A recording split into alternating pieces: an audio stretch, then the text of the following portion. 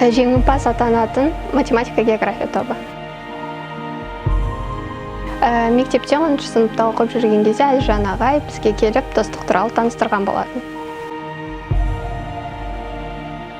Бұл достық атмосферасы және мұғалімдерден келетін жылылық. Сабырлықты, ұжымшылықты, тәрбиелікті және басты білімді.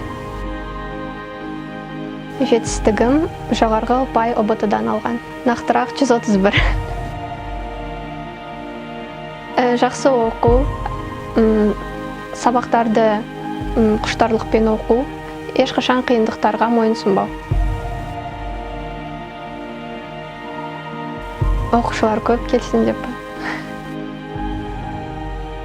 Ең қиын келгені ол қыста, сабақтан кейін тағы достыққа бару, достықтан кешкі сағат 9-ға дейін білім алып, одан кейін күн суықта қайтадан үйге бару. Ең қызық кез ол Ғабит ағайдың математика сабағындағы қиын есептерді өмірдегі алған мысалдармен түсіндіруі. Ұстаз баланы түсіну керек, білімді болу керек, және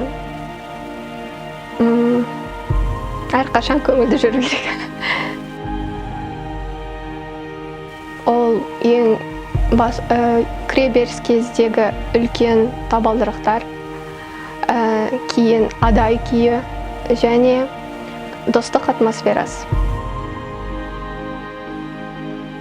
Мен мектепте достықта берген кітаптарды алып, соның ішіндегі үй жұмыстарын әрдайым орындайтын.